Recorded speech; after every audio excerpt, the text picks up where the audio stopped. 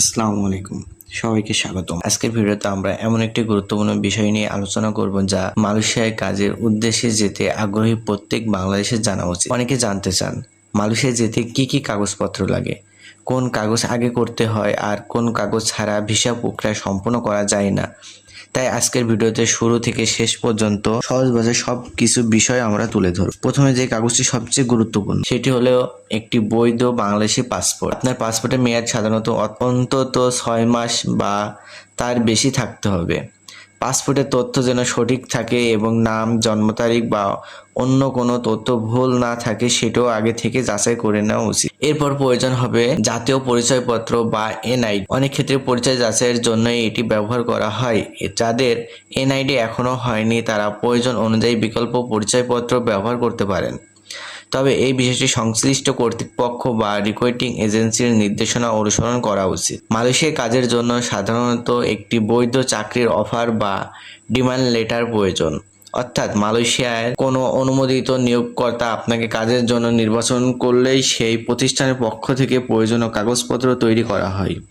এরপর সেই কাগজের ভিত্তিতে ভিসা প্রক্রিয়ায় এগিয়ে যায়। মেডিকেল পরীক্ষা অত্যন্ত গুরুত্বপূর্ণ একটি ধাপ।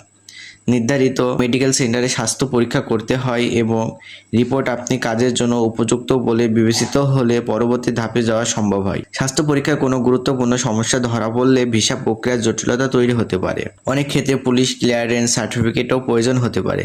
এর মধ্যে প্রমাণ করা যায় যে আবেদনকারীর বিরুদ্ধে গুরুতর কোনো অপরাধমূলক রেকর্ড নেই। কোনো ক্ষেত্রে এটি লাগলে তা ভিসার ধরন ও নিয়োগকর্তার সত্ত্বের উপরে কিন্তু নির্ভর করে। পাসপোর্ট সাইজে সম্পর্কিত রঙিন ছবি সাধারণত ভিসা আবেদন ও অন্যান্য অফিসিয়াল কাগজপত্রের জন্য প্রয়োজন হয়। তাই নির্ধারিত মাপ অনুযায়ী কয়েক কপি ছবি আগে থেকে প্রস্তুত রাখা ভালো। যদি আপনার কোনো কারিগরি প্রশিক্ষণ, ডিপ্লোমা বা নির্দিষ্ট কাজের অভিজ্ঞতা থাকে তাহলে সেই সনদপত্র কাজে লাগাতে পারেন। যদি সব চাকরি ক্ষেত্রে সব চাকরির ক্ষেত্রে এইসব বাধ্যতামূলক নয়, তবে দক্ষ কর্মীদের ক্ষেত্রে নিয়োগকর্তারা অনেক সময় অভিজ্ঞতার প্রমাণ দেখতে চান। ভিসা অনুমোদনের পর আপনাকে প্রয়োজনীয় কাগজপত্র যাচাই করে বিমান টিকিট সংগ্রহ করতে হবে। একই সঙ্গে কর্মসংস্থান চুক্তিপত্র বা এমপ্লয়মেন্ট কন্ট্রাক্ট ভালোভাবে বুঝে নেওয়া জরুরি। সেখানে বেতন, কাজের সময়, ছুটি, আবাসন, ওভারটাইম এবং অন্যান্য সুযোগ সুবিধা সম্পর্কে পরিষ্কারভাবে উল্লেখ থাকে।